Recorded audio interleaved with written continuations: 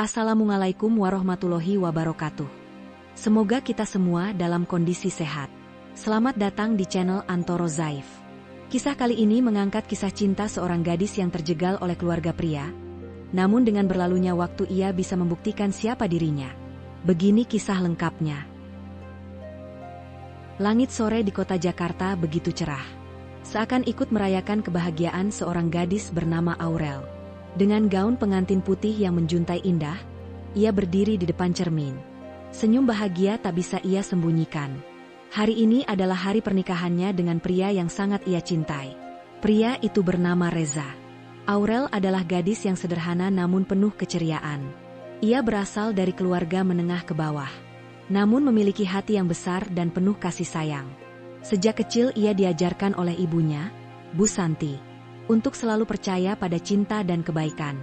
Reza, pria yang ia cintai adalah seorang pemuda tampan dan berasal dari keluarga terpandang. Perbedaan status sosial tak menjadi penghalang bagi mereka, atau setidaknya itulah yang Aurel yakini selama ini. Di rumah pengantin wanita, sahabat-sahabat Aurel sibuk membantunya merapikan riasan. Semua orang terlihat begitu bahagia seolah pernikahan ini adalah sebuah kisah dongeng yang akan berakhir dengan kebahagiaan abadi. Namun di sisi lain, jauh di sebuah tempat yang tak diketahui Aurel, Reza tampak gelisah. Ia menggenggam ponselnya erat, menatap nama Aurel di layar. Tetapi tak juga berani menekan tombol panggil. Ada sesuatu yang mengganjal di hatinya. Sebuah keputusan besar yang bisa menghancurkan impian gadis yang telah mencintainya sepenuh hati. Tanpa Aurel sadari, langit yang tadinya cerah perlahan mulai diselimuti awan gelap, seolah menjadi pertanda bahwa kebahagiaan ini tidak akan berlangsung lama. Pagi hari menjelang pernikahan, Aurel sudah bangun lebih awal.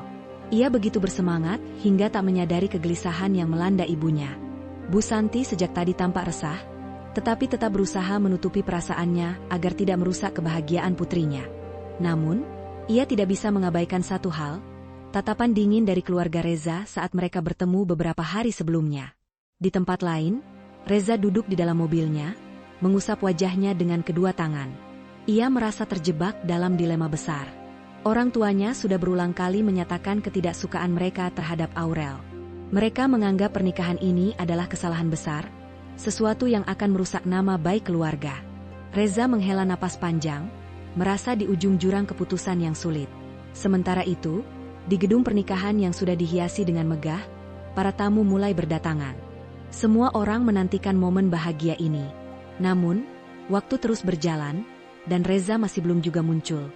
Jam menunjukkan pukul 3 sore, dan seharusnya acara pernikahan sudah dimulai.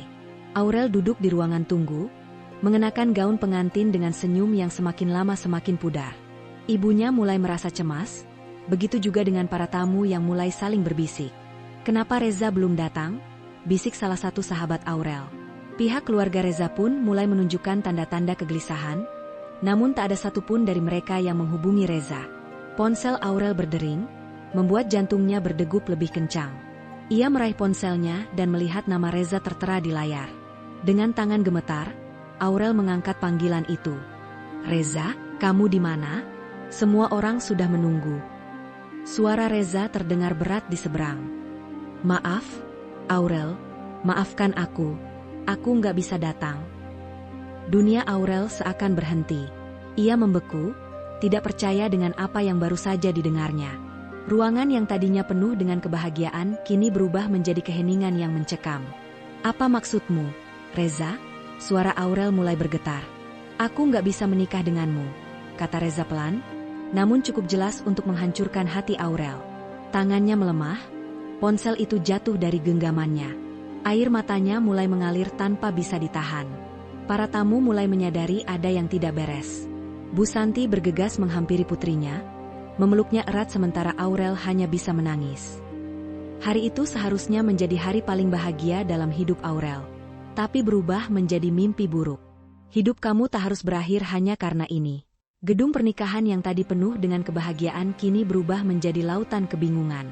Para tamu mulai berbisik-bisik, beberapa di antaranya menatap Aurel dengan iba. Bu Santi berusaha menenangkan putrinya, tetapi Aurel hanya bisa menangis di pelukannya. Keluarga Reza perlahan pergi meninggalkan gedung tanpa memberikan penjelasan apapun. Mereka tampaknya sudah tahu bahwa pernikahan ini tidak akan terjadi, seolah sudah merencanakannya sejak awal. Sementara itu, sahabat-sahabat Aurel mencoba menghiburnya. "Aurel, kita pulang saja dulu. Ini bukan salahmu," ujar Dinda, salah satu sahabatnya.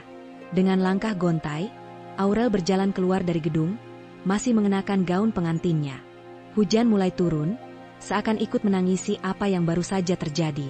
Tatapan kosongnya menatap ke depan, hatinya hancur berantakan. Di dalam mobil, Aurel hanya terdiam.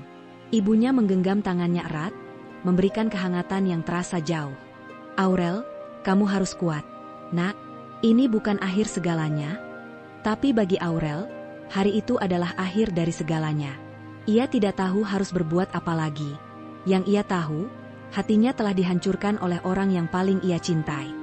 Hari-hari setelah tragedi pernikahan itu terasa seperti mimpi buruk yang tak kunjung berakhir. Aurel mengurung diri di kamarnya, menolak untuk makan atau berbicara dengan siapapun. Gaun pengantin yang dulu begitu ia kagumi kini tergeletak kusut di sudut ruangan, menjadi saksi bisu kehancuran hatinya. Bu Santi terus mencoba menyemangatinya. "Aurel, kamu gak boleh begini terus. Hidupmu gak harus berakhir hanya karena ini." Tapi Aurel hanya menatap kosong keluar jendela. "Aku nggak tahu bagaimana caranya bangkit. Bu, aku kehilangan segalanya." Namun, di tengah keputusasaan itu, sesuatu mulai berubah dalam diri Aurel. Ia sadar bahwa ia tak bisa selamanya terjebak dalam kesedihan ini. Ia harus bangkit. Ia harus menunjukkan bahwa dirinya lebih kuat dari rasa sakit ini. Aurel mulai keluar dari keterpurukan. Dengan dorongan Bu Santi dan sahabatnya, ia mulai mencari pekerjaan. Setelah berbagai penolakan, ia diterima magang di sebuah perusahaan mode kecil. Perlahan, ia menemukan harapan baru dalam hidupnya. Hari-hari di perusahaan mode kecil tempat Aurel magang terasa berat, tetapi juga penuh tantangan yang membuatnya tumbuh. Ia bekerja di bagian administrasi, namun diam-diam ia selalu memperhatikan para desainer yang sibuk membuat sketsa dan memilih kain. Dunia mode yang dulu hanya ia lihat dari kejauhan kini ada di depan matanya. Suatu hari, pemilik perusahaan, Ibu Clara, seorang wanita berusia 50-an yang dikenal tegas namun berjiwa seni tinggi, melihat Aurel tengah mencoret-coret sketsa di buku catatannya saat istirahat makan siang. "Kamu suka menggambar desain?" tanya Ibu Clara tiba-tiba. Aurel terkejut, buru-buru menutup bukunya. "Ah, maaf Bu, saya hanya iseng saja." Ibu Clara mengambil buku itu dari tangannya, menatap sketsa sederhana yang digambar Aurel. Ada sesuatu dalam garis-garisnya yang menarik perhatiannya. "Iseng? Ini terlihat seperti sebuah rancangan gaun yang menarik. Kamu pernah berpikir untuk menjadi desainer?" Aurel hanya terdiam. Sejujurnya, ia tidak pernah benar-benar memikirkan hal itu. Dunia mode memang selalu membuatnya terpesona. Tapi apakah ia pantas bermimpi sejauh itu? Melihat kebingungan di wajah Aurel, Ibu Clara tersenyum. "Kamu punya bakat. Jika kamu mau, aku bisa memberimu kesempatan belajar lebih banyak di sini." Kesempatan itu datang begitu tiba-tiba. Aurel tidak tahu apakah ia siap, tetapi untuk pertama kalinya setelah sekian lama, ia merasakan sesuatu yang berbeda, harapan. Aurel tidak bisa berhenti memikirkan tawaran dari Ibu Clara. Selama ini, ia hanya bekerja sebagai staf administrasi, tetapi jauh di lubuk hatinya, ia selalu tertarik dengan dunia mode. Tawaran itu seperti sebuah pintu yang terbuka menuju masa depan yang lebih cerah. Namun, ia masih ragu. Apakah ia cukup berbakat? Malam itu, ia merenung di kamarnya, menatap sketsa-sketsa yang pernah ia buat sejak kecil. Semua desain itu hanya ia simpan sebagai hobi, tetapi kini ada peluang nyata di depannya. "Aku harus mencobanya," gumamnya. Keesokan harinya, Aurel mendatangi Ibu Clara dengan penuh tekad. "Bu, saya ingin belajar. Saya ingin mencoba," ucapnya dengan suara mantap. Ibu Clara tersenyum puas. "Bagus. Mulai hari ini, setelah tugas administrasimu selesai, kamu akan belajar dari tim desain kami." Hari-hari Aurel pun berubah. Ia tetap bekerja di bagian administrasi, tetapi setelah jam kerja, ia mulai belajar dasar-dasar desain dari para senior. Ia belajar tentang pemilihan kain, sketsa desain, dan teknik menjahit sederhana. Meski awalnya sulit, Aurel tidak menyerah. Namun, tidak semua orang senang dengan keberhasilannya. Beberapa karyawan mulai memperhatikannya dengan tatapan iri. Salah satunya adalah Karin, seorang asisten desainer yang sudah lama bekerja di sana. Ia tidak suka melihat Aurel yang hanya seorang pegawai magang mendapatkan perhatian khusus dari Ibu Clara. Anak baru itu sok berbakat, gumam Karin kepada rekannya. Aku tidak akan membiarkan dia mengambil tempatku. Tanpa disadari Aurel, ia kini tidak hanya menghadapi tantangan belajar, tetapi juga harus berhadapan dengan orang-orang yang tidak menyukai kehadirannya. Hari-hari Aurel semakin sibuk. Setelah menyelesaikan tugas administrasi, ia langsung belajar di ruang desain. Ia mulai memahami berbagai teknik, dari menggambar sketsa hingga memilih bahan yang tepat. Meskipun belum sempurna, semangat belajarnya tak pernah surut. Namun, bayang-bayang persaingan mulai terasa. Karin, yang merasa posisinya terancam, mulai menunjukkan sikap dingin pada Aurel. Ia sering memberikan tugas tambahan yang berat atau memberikan informasi yang salah, membuat Aurel beberapa kali mengalami kesalahan. Suatu hari, Aurel diminta untuk membantu menata bahan kain untuk koleksi terbaru. Ia mengikuti arahan Karin, tetapi tanpa ia sadari, kain yang disiapkannya ternyata salah. Saat Ibu Clara datang untuk mengecek, wajahnya langsung mengeras. "Aurel, ini bukan kain yang aku minta," ujar Ibu Clara tegas. Aurel terkejut dan merasa panik. "Tapi Bu, saya mengikuti instruksi dari Kak Karin." Karin pura-pura kaget dan terkejut. "Benarkah? Aku tidak ingat memberikan instruksi seperti itu." Mungkin Aurel yang salah dengar, ucapnya dengan nada lembut, tetapi penuh kepura-puraan. Aurel hanya terdiam. Ia ingin membela diri, tetapi sebagai anak magang, posisinya terlalu lemah. Ibu Clara menghela napas. "Kesalahan bisa terjadi, tapi lain kali lebih teliti. Aku ingin kain yang benar sudah siap besok pagi." Setelah Ibu Clara pergi, Karin mendekati Aurel dengan senyum sinis. "Kamu harus lebih hati-hati. Dunia ini bukan untuk orang yang ceroboh." Aurel mengepalkan tangannya, tetapi ia menahan diri. Ia sadar, jika ingin sukses, ia harus membuktikan kemampuannya dengan kerja keras, bukan dengan membalas kebencian. Malam itu, Aurel pulang dengan hati berat, tetapi tekadnya semakin kuat. Ia tidak akan menyerah. Ia akan menunjukkan bahwa ia pantas berada di dunia ini. Malam itu, Aurel duduk di kamarnya dengan hati yang berat. Kesalahan yang terjadi di kantor membuatnya tertekan, tetapi ia tidak ingin menyerah begitu saja. Ia menghabiskan waktu berjam-jam untuk mempelajari kembali katalog kain dan memahami perbedaan setiap jenis bahan. Keesokan paginya, sebelum para pegawai lain datang, Aurel sudah lebih dulu tiba di kantor. Ia memastikan semua kain yang diminta Ibu Clara sudah tertata dengan benar. Ketika Ibu Clara datang untuk mengecek, ia mengangguk puas. "Kali ini sudah benar." "Bagus, Aurel," ucapnya singkat, tetapi cukup membuat Aurel merasa lega. Namun, tantangan belum berakhir. Karin masih terus mencari cara untuk menjatuhkannya. Saat tim desain sedang menyiapkan presentasi untuk klien besar, Karin dengan sengaja menukar salah satu sketsa yang seharusnya diserahkan ke Ibu Clara dengan sketsa lain yang belum sempurna. Ketika Ibu Clara membuka map desain, ia langsung mengernyit. "Aurel, ini bukan desain yang aku minta. Apa yang terjadi?" Aurel sangat terkejut. Ia yakin sudah menaruh desain yang benar. Tatapan para pegawai lain mulai mengarah kepadanya. Karin menahan senyumnya, menunggu Aurel panik dan membuat kesalahan lain. Namun, kali ini Aurel tidak diam. Ia mengambil napas dalam dan berkata, "Maaf, Bu. Saya yakin sketsa yang saya siapkan sudah benar. Bolehkah saya mengecek kembali?" Ibu Clara mengangguk. Aurel segera membuka laci tempat ia menyimpan sketsa asli, dan menemukan bahwa desainnya telah ditukar. Matanya sekilas melirik ke arah Karin yang pura-pura sibuk dengan pekerjaannya. Dengan cepat, Aurel menunjukkan sketsa yang benar. "Ini desain yang seharusnya, Bu. Saya tidak tahu bagaimana bisa tertukar." Ibu Clara menatapnya sejenak, lalu menghela napas. "Baiklah, pastikan lebih berhati-hati lain kali." Setelah rapat selesai, Karin mendekatinya dengan nada mengejek. "Kamu beruntung bisa lolos kali ini." Aurel menatapnya dengan tenang. "Aku tidak butuh keberuntungan. Aku hanya butuh kerja keras." Karin hanya terdiam. Ia tidak menyangka Aurel bisa bertahan sejauh ini. Namun, ia belum menyerah. Aurel sadar, ini baru awal dari perjuangannya.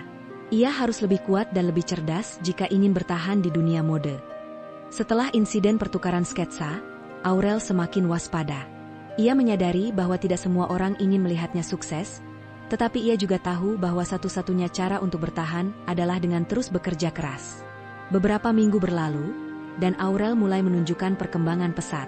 Ia tidak hanya memahami teori desain, tetapi juga mulai mengembangkan gayanya sendiri. Ibu Clara mulai memperhatikannya lebih dalam, dan memberikan kesempatan lebih besar. Suatu hari, Ibu Clara memanggilnya ke ruangannya.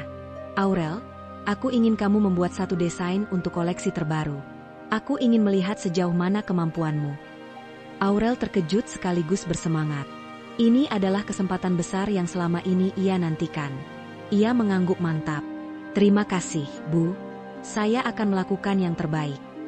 Namun, kabar ini juga sampai ke telinga Karin. Ia merasa semakin terancam dengan keberadaan Aurel.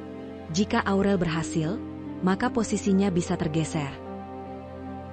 Dengan semangat tinggi, Aurel mulai merancang desainnya.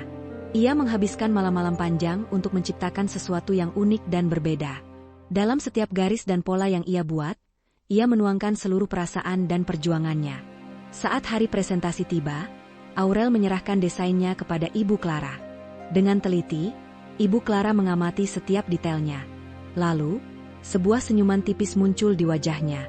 "Ini sangat bagus, Aurel," katanya. "Kamu punya potensi besar. Aku akan memasukkan desainmu dalam koleksi musim ini." Aurel hampir tidak percaya dengan apa yang baru saja ia dengar. Matanya berkaca-kaca, merasa segala usahanya selama ini tidak sia-sia. Namun, di sudut ruangan, Karin menatapnya dengan tatapan penuh kebencian. Ia tidak akan membiarkan Aurel menang begitu saja. Sementara itu, tanpa Aurel sadari, hidupnya akan segera berubah. Keberhasilannya di dunia mode akan membawanya ke sesuatu yang lebih besar, dan juga menghadapkan dia pada masa lalunya yang tak terduga. Desain Aurel resmi menjadi bagian dari koleksi terbaru perusahaan. Berita ini menyebar dengan cepat di kalangan industri mode, dan tak lama kemudian, Aurel diundang untuk menghadiri acara fashion show besar sebagai salah satu desainer muda berbakat. Hari yang dinanti pun tiba. Aurel mengenakan gaun elegan berwarna biru tua, melangkah dengan percaya diri ke dalam ruangan penuh cahaya dan gemerlap. Ini adalah dunia yang dulu terasa begitu jauh baginya, tetapi kini ia ada di tengah-tengahnya. Saat ia sibuk berbicara dengan beberapa tamu, seorang pria tampan dengan setelan mahal memasuki ruangan. Ia berjalan dengan aura yang berwibawa, menarik perhatian banyak orang. Jantung Aurel berdetak sangat kencang. Ia mengenali pria itu, Reza. Mata mereka bertemu. Sejenak, waktu terasa berhenti. Reza tampak terkejut melihat Aurel, tetapi sebelum ia bisa mengatakan sesuatu, seorang wanita elegan menggandeng lengannya. Wanita itu tersenyum manis pada Reza, lalu berbisik sesuatu kepadanya. Aurel merasa tubuhnya membeku. Jadi, Reza sudah bersama wanita lain? Namun, sebelum perasaan lamanya muncul kembali, Aurel menarik napas dalam-dalam dan mengangkat dagunya. Ia bukan lagi gadis yang sama seperti 3 tahun lalu. Jika Reza ingin berbicara dengannya, ia harus berhadapan dengan Aurel yang baru, Aurel yang lebih kuat dan lebih berharga.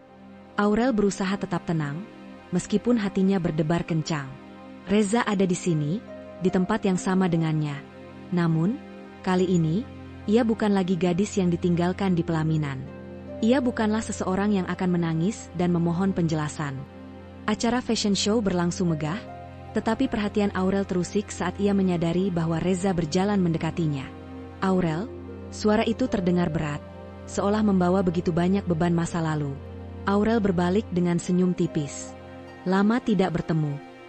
Reza tampak sedikit canggung. "Aku nggak nyangka bakal ketemu kamu di sini. Aku dengar kamu sudah sukses di dunia mode." Aurel mengangguk. "Ya, aku bekerja keras untuk sampai di titik ini." Tatapannya tajam, tanpa harus bergantung pada siapapun. Reza terdiam, seolah memahami makna di balik kata-kata Aurel. Ada rasa bersalah yang tersirat di matanya, tetapi Aurel tidak ingin terjebak lagi dalam masa lalu. Tiba-tiba, wanita yang tadi bersama Reza menghampiri mereka. "Sayang, siapa ini?" tanyanya dengan lembut, melingkarkan tangannya di lengan Reza. Aurel menatap wanita itu dengan senyum profesional. "Saya Aurel, salah satu desainer koleksi yang dipamerkan malam ini." Wanita itu tersenyum ramah. "Oh, luar biasa. Aku Naila, tunangan Reza." Kata tunangan itu sejenak membuat Aurel terpaku. Namun, ia segera menguasai dirinya. Selamat, semoga kalian bahagia. Reza tampak ingin mengatakan sesuatu, tetapi Aurel sudah lebih dulu melangkah pergi. Ia tidak ingin mendengar alasan atau penyesalan dari masa lalu. Ia sudah selesai dengan semua itu. Tapi, jauh di dalam hatinya, ada perasaan yang belum sepenuhnya ia mengerti. Apakah ia benar-benar sudah melupakan Reza? Atau masih ada sesuatu yang belum terselesaikan? Aurel berusaha mengabaikan pertemuannya dengan Reza, tetapi pikirannya terusik. Ia sudah berjanji pada dirinya sendiri untuk tidak lagi terjebak dalam bayang-bayang masa lalu. Namun, melihat Reza lagi, dengan tunangannya, membuka kembali luka yang ia pikir telah sembuh. Malam itu, setelah fashion show berakhir, Aurel duduk di balkon apartemennya, memandangi kota yang berkelap-kelip. Pikirannya dipenuhi banyak hal. Tiba-tiba, ponselnya bergetar. Sebuah pesan masuk dari nomor yang tak dikenal. Bisa kita bicara? Aku janji ini terakhir kali. Dari aku, Reza. Aurel menatap pesan itu lama. Ia ragu. Apakah ia harus menemui Reza? Apakah ia masih membutuhkan jawaban dari seseorang yang telah menyakitinya? Setelah beberapa menit berpikir, ia membalas. Baik. Temui aku. Besok sore di kafe dekat kantor. Keesokan harinya, Aurel datang ke kafe dengan perasaan campur aduk. Reza sudah menunggunya, terlihat sedikit gugup. Begitu melihat Aurel, ia tersenyum kecil. Aku nggak tahu harus mulai dari mana, katanya, tapi aku ingin minta maaf. Aurel menatapnya tajam. Meminta maaf untuk apa? Untuk meninggalkanku di pelaminan? Untuk menghancurkan hidupku? Reza menghela napas. Aku pengecut, Aurel. Saat itu, aku tidak berani melawan keluargaku. Mereka memaksa aku memilih antara mereka atau kamu. Aku terlalu lemah untuk memperjuangkan kita. Aurel tersenyum pahit. Dan sekarang, setelah aku berhasil bangkit, kamu datang meminta maaf. Reza terdiam. Ia tahu ia tidak punya hak untuk kembali ke dalam hidup Aurel. Aku hanya ingin kamu tahu bahwa aku menyesal. Dan aku... Ia terhenti sejenak. Aku masih mencintaimu. Jantung Aurel berdegup lebih cepat. Namun, ia menenangkan dirinya. Ia sudah menjadi wanita yang berbeda. Aku sudah belajar banyak, Reza, kata Aurel dengan suara mantap. Dulu, aku berpikir kebahagiaanku bergantung pada orang lain. Tapi sekarang aku tahu, kebahagiaan itu aku yang menentukan. Reza menundukkan kepala. Ia tahu bahwa Aurel telah benar-benar berubah. Dan mungkin, ia telah kehilangannya selamanya. Aurel menghela napas panjang. Terima kasih sudah datang hari ini. Aku menghargai permintaan maafmu. Tapi aku harus pergi. Aku punya banyak hal yang harus aku capai. Reza menatapnya dengan tatapan sedih. Jadi, ini benar-benar akhir. Aurel tersenyum. Ini bukan akhir. Ini awal dari hidup yang lebih baik, tanpa kamu. Ia lalu berdiri dan pergi, meninggalkan Reza yang hanya bisa menatap punggungnya. Untuk pertama kalinya dalam hidupnya, Reza menyadari bahwa ia telah kehilangan sesuatu yang sangat berharga, dan tidak akan pernah bisa mendapatkannya kembali. Di luar kafe, Aurel menarik napas dalam-dalam. Langkahnya ringan, hatinya lega. Ia telah membuat pilihan terbesar dalam hidupnya, dan ia tahu, itu adalah pilihan yang benar. Hari-hari berlalu setelah pertemuan terakhirnya dengan Reza. Aurel merasa lega, seolah beban bertahun-tahun yang mengikatnya akhirnya terlepas. Ia telah menutup bab masa lalu dan kini siap untuk membuka lembaran baru. Kesibukannya di dunia mode semakin meningkat. Brand yang ia bangun mulai dikenal lebih luas, bahkan mendapat undangan untuk fashion show di luar negeri. Semuanya berjalan lebih baik dari yang pernah ia bayangkan. Namun, di balik semua pencapaiannya, ada seseorang yang diam-diam selalu mendukungnya. Seseorang itu adalah Nathan. Nathan adalah salah satu rekan bisnis yang ia temui dalam perjalanan membangun karirnya. Berbeda dengan Reza, Nathan tidak datang membawa janji-janji manis, melainkan tindakan nyata. Ia selalu ada untuk Aurel, mendorongnya untuk maju, dan percaya pada kemampuannya bahkan ketika Aurel sendiri meragukan dirinya. Suatu malam, Nathan mengajak Aurel makan malam di sebuah restoran sederhana yang nyaman. Aku lihat kamu semakin sukses sekarang, kata Nathan sambil tersenyum. Aurel tertawa kecil. Terima kasih. Aku hanya berusaha yang terbaik. Nathan menatapnya dengan serius. Aku tahu ini mungkin tiba-tiba, tapi aku ingin kamu tahu sesuatu. Aku menyukaimu, Aurel. Aurel hanya terdiam. Hatinya berdebar, tetapi kali ini bukan karena luka lama. Ini adalah sesuatu yang berbeda, sesuatu yang lebih hangat dan penuh ketulusan. Aku tidak butuh jawaban sekarang, lanjut Nathan, tersenyum lembut. Aku hanya ingin kamu tahu bahwa aku ada di sini, dan aku akan tetap ada, tidak peduli apapun pilihanmu. Aurel menatap Nathan dengan mata berkaca-kaca. Setelah bertahun-tahun meragukan cinta, mungkin ini saatnya ia memberi dirinya kesempatan lagi, kesempatan untuk bahagia dengan cara yang benar. Sambil tersenyum, Aurel berkata, "Terima kasih, Nathan. Aku akan memikirkannya." Di dalam hatinya, ia tahu bahwa perjalanan hidupnya belum berakhir. Ini baru permulaan dari sesuatu yang jauh lebih indah. Setelah makan malam itu, Aurel mulai melihat Nathan dengan cara yang berbeda. Bukan sebagai rekan bisnis atau teman biasa, tetapi seseorang yang mungkin bisa menjadi bagian penting dalam hidupnya. Namun, di dalam hatinya, masih ada ketakutan. Takut untuk percaya lagi, takut untuk terluka kembali. Di tengah kebimbangannya, Aurel menemui ibunya, Bu Santi. Mereka duduk di teras rumah sambil menikmati teh hangat. "Ibu lihat kamu akhir-akhir ini lebih sering senyum," kata Bu Santi sambil menatap putrinya penuh kasih. Aurel hanya tersenyum tipis. "Aku merasa lebih baik, Bu. Tapi aku masih takut. Aku takut kalau aku membuka hati lagi, aku akan terluka seperti dulu." Bu Santi menggenggam tangan Aurel lembut. "Nak, hidup ini selalu penuh dengan ketidakpastian.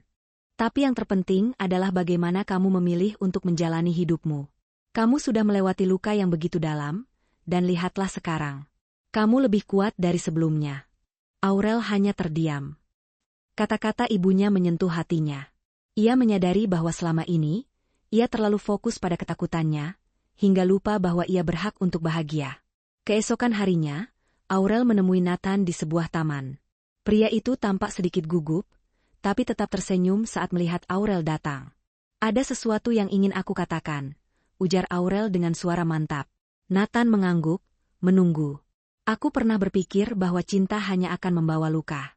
Tapi kamu menunjukkan padaku bahwa cinta bukan hanya soal janji, tapi juga tindakan nyata. Dan untuk pertama kalinya dalam hidupku, aku ingin mencoba lagi." Nathan menatap Aurel dengan mata berbinar. "Bagaimana?" Aurel tersenyum. "Aku ingin memberikan kesempatan untuk kita." Nathan tak bisa menyembunyikan kebahagiaannya. Ia menggenggam tangan Aurel dengan lembut. "Aku janji, aku akan menjagamu dengan segenap hatiku."